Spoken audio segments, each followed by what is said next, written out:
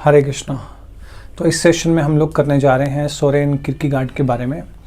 Soren Kierkegaard ने काफ़ी विषयों पर अपनी राय रखी और एक महान फिलोसोफर माने जाते हैं। तो आज जानते हैं कि श्रील प्रभुपाद के साथ जो डिस्कशन हुई तो उनके क्या विचार हैं सोरेन किरकेगार्ड के विचारों के बारे में। तो सबसे पहले हम बात करते हैं ट्रुथ की। तो किरकेगार्ड का कहना था कि जो सत्य है उसे भगवान से प्राप्त किया जा सकता है, लेकिन क्योंकि भगवान हमें बहुत ज़्यादा प्रभावित कर देंगे इसलिए हम लोग भगवान से सत्य को प्राप्त ना करके जीसस क्राइस्ट से हम प्राप्त करते हैं। तो यहाँ श्रील प्रभुपाद कह रहे हैं जनरली ह्यूमंस जो हैं एनिमल्स हैं, वो समझ नहीं सकते कि सत्य क्या है, लेकिन जब थोड़ी सी एडवांस होती कॉन्शियसनेस तो उस समय हम लोग सत्य को प्राप्त करने के अधिकारी बनते हैं या प्राप्त करने की हमारे अंदर इच्छा आती है जब हम एनिमलिस्टिक या पाश्विक वृत्तियों से थोड़ा सा ऊपर उठते हैं। और ये जो सत्य है ये भगवान से प्राप्त करना चाहिए या भगवान के प्रतिनिधि से, गुरु से। और गुरु की क्वालिफिकेशन क्या है कि उसे भौतिक विषयों में कोई रुचि नहीं होती, और गुरु जो है वो एक फैशन नहीं है, वो एक आवश्यकता है। और फिर इसके बाद श्रील प्रभुपाद से पूछते हैं कि क्या बहुत ज़्यादा प्रभावित होना भगवान से क्या ये सही है या गलत है, या एक तरह से क्या सही कहा सोरेन किरकेगार्ड ने। तो श्रील प्रभुपाद कह रहे हैं कि भगवान कृष्ण को काफ़ी लोग नहीं समझ पाए थे जब भगवान कृष्ण इस धाम में आए, लेकिन उसके बाद फिर भगवान दोबारा आए 5000 वर्ष बाद चैतन्य महाप्रभु के रूप में, और फिर लोगों में कृष्ण प्रेम बांटा, और रूप गोस्वामी सनातन गोस्वामी ने उनको महावतार ने कहा। तो इस प्रकार भगवान को हर कोई सहन नहीं कर सकता। तो रिलेशन भगवान के साथ संबंध कैसा होना चाहिए कि संबंध के बारे में था कि क्योंकि भगवान के साथ आम आदमी तो संबंध बना नहीं सकता, क्योंकि भगवान के साथ कोई भी संबंध बनाएगा तो भगवान की डिमांड्स या भगवान का वेट या प्रेशर बहुत ज़्यादा है। तो श्रील प्रभुपाद कह रहे हैं ऑफकोर्स जब कोई भगवान के साथ संबंध बनाता है तो भगवान सेक्रीफाइसेस मांगते हैं, कुर्बानियाँ मांगते हैं। मन मना भवा मद भक्ता मध्याजी माम नमस्करू, भगवान डिमांड्स करते हैं और भगवान की डिमांड्स हर कोई पूरा नहीं कर सकता। और जहाँ तक सोरेन किरकेगार्ड ने 3 स्टेजेस ऑफ लाइफ बताई थी, तो फर्स्ट 2 स्टेजेस में वो कह रहे हैं कि भाई उसमें लाइफ का कोई एम नहीं होता। श्रील प्रभुपाद कह रहे हैं कि जो सेकंड स्टेज है जिसमें फिलॉसफिकल अंडरस्टैंडिंग है, तो यहाँ डेनिश किरकेगार्ड ने कहा था कि ये असल में मेंटल स्पेकुलेशन वाली स्टेज। तो श्रील प्रभुपाद कह रहे हैं कि जब लाइफ का कोई एम ही नहीं है तो डेस्परेशन या निराशा और हताशा तो आएगी आएगी, और इसको हम रोक नहीं सकते अगर हमारे जीवन का कोई लक्ष्य नहीं है। क्योंकि फर्स्ट 2 स्टेजेस में किरकेगार्ड का कहना था कि इसमें कोई एम नहीं होता लाइफ का और अगर एम नहीं होगा तो हमें डिसअपॉइंटमेंट मिलेगी, और इस डिसअपॉइंटमेंट से फिर क्या होगा, निराशा या हताशा से हम लोग सेल्फ रियलाइजेशन, आत्म साक्षात्कार की ओर बढ़ेंगे। तो श्रील प्रभुपाद कह रहे हैं कि वेदांत सूत्र में भी इस प्रकार से दिया है कि जब आपको निराशा और हताशा आती है या एंग्जाइटी आती है तो आपकी रिस्पॉन्सिबिलिटीज़ ख़त्म हो जाती हैं, आपके लिए कुछ और करने को नहीं रहता, आपकी डिटैचमेंट हो जाती है, तो फिर आप अपने बारे में जानने का प्रयास करते हो। और फिर आत्म साक्षात्कार के लिए किरकेगार्ड का कहना था कि चॉइस का जो एक्ट है, यानी कार्य करना कि मैं ये गलत है ये सही है, वो इम्पॉर्टेंट है। उसका बेसिस भी क्या चुन रहे हो वो इसकी इतनी महत्ता नहीं है। तो श्रील प्रभुपाद कह रहे हैं कि आप चॉइस बनाओगे किस आधार पर, अगर आपका जो चुनाव है वो गलत है तो उसका क्या फ़ायदा। और एक्ट ऑफ चॉइस जो है उसका भी कोई आधार होना चाहिए, वैल्यू होनी चाहिए, नहीं तो उसका कोई मूल्यता नहीं है। क्योंकि सिर्फ और सिर्फ एक्ट जो है, डिसीजन लेने का एक्ट, वो अपने आप में कंप्लीट नहीं है। कि जैसे मान लो कि आप अपने भाई को बचाना चाहते हो, तो आप अपने भाई को बचाना चाहते हो तो आप दूसरे की हत्या कर सकते हो, तो कोई तो स्टैंडर्ड होना चाहिए। कभी इस सिचुएशन में ये होना चाहिए, इस सिचुएशन में ये होना चाहिए, या एक अथॉरिटी होनी चाहिए जिसके बिहाफ पे हम लोग डिसीजन ले लें, तो पूरी सोसाइटी में क्योस हो जाएगा। और टू नो कि अपने आप को जानना, पहले ये इम्पॉर्टेंट है कि आप अपने आप को जानो, जिज्ञासा करो और गोल ऑफ लाइफ जानो, फिर आप उस बेसिस पे डिसीजंस लो। ऐसा नहीं कि अपनी मर्जी से आप कुछ भी डिसीजन लेते रहो, ये तो गधे की फ़िलॉसफी है कि आपके मन में जो भी आ रहा है या आप अपने मन से जो सोच रहे हो बिल्कुल सही सोच रहे हो, और बिना एम के जो लाइफ है वो गधे की लाइफ है। और फिर सोरेन किरकेगार्ड ने कहा था कि जो पेन एंड प्लेजर जो फर्स्ट और सेकंड स्टेज है, इसमें बोर्डम यानी कि हम बोर हो जाते हैं चीज़ों से। तो श्रील प्रभुपाद कह रहे हैं कि जो सेंस ग्रेटिफिकेशन है, इंद्रिय तृप्ति करता है, अगर उसका एम ही यही है तो वो उससे बोर नहीं होगा। और जहाँ तक तुम कहते हो कि भी हम अपने अंतरात्मा से डिसीजन लेंगे, तो अंतरात्मा हमें कैसे पता लगेगा कि अंतरात्मा की आवाज़ है? हो सकता है कि एक बेवड़ा जो है वो शराब उठा के ले आए, तो हमें सड़क छाप आदमी जो है उसका मन तो शराब पीने का करेगा, तो शराब उठा के लाएगा, वो क्यों करेगा? कुछ और डिसीजन लेगा। तो इस प्रकार किरकेगार्ड ने एक और बात कही थी कि जो सत्य है वो तब निकल कर बाहर आएगा जब हम मृत्यु को स्मरण रखेंगे। तो श्रील प्रभुपाद कह रहे हैं कोई भी दुख को याद नहीं करना चाहता, हम इस दुखों को भूलना चाहते हैं, इससे छुटकारा पाना चाहते हैं, हमें इसका एक सॉल्यूशन ढूंढना चाहिए। और किरकेगार्ड ने कहा था कि जो फाइनल स्टेज है, रिलीजियस स्टेज, ये परफेक्ट स्टेज है जिसमें पूर्ण सरेंडर होता है, यानी कि लीप ऑफ फेथ, कि हम भगवान पर और जीसस पे फेथ करते हैं। तो श्रील प्रभुपाद कह रहे हैं yes, that is top most stage, that is Krishna consciousness, कि हम पूरा भगवान पर आश्रित हैं और हमें पूर्ण भगवान पर विश्वास है। That is a leap of faith, कि हम उसी पर आश्रित रहकर, यानी कि भगवान के शब्दों पर हम लोग अपना जीवन बिता दें। और जो ये सफरिंग्स हैं पाप को हटाने के लिए ज़रूरी हैं। तो श्रील प्रभुपाद कह रहे हैं ऐसा नहीं है कि पाप को हटाने के लिए ज़रूरी नहीं, कि सफरिंग्स जो हैं वो ज़रूरी हैं।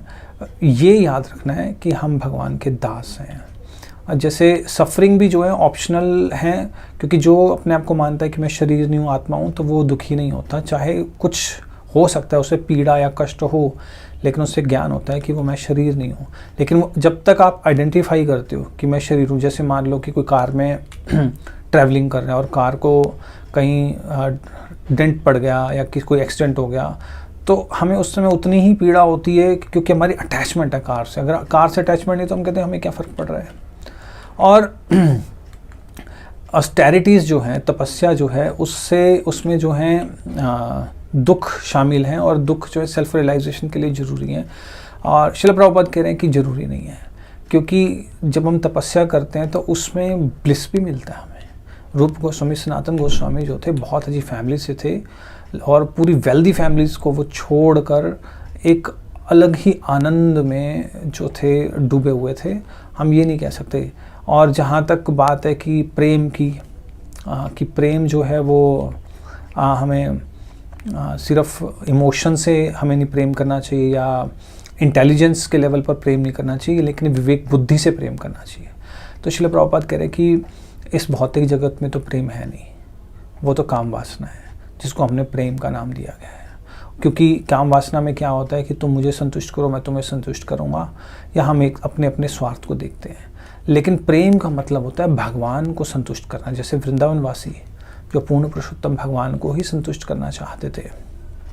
और जहाँ तक प्रेम की बात है कि हमें कि किरकेगार्ड ने कहा था कि भगवान से प्रेम इस तरह से करना चाहिए कि हम उनके जो बाकी के जो हमारे नेबर्स हैं उनको भी प्रेम करें और उन्हें भी भगवान से प्रेम करना सिखाएं या उनको बताएं भगवान के प्रेम के बारे में।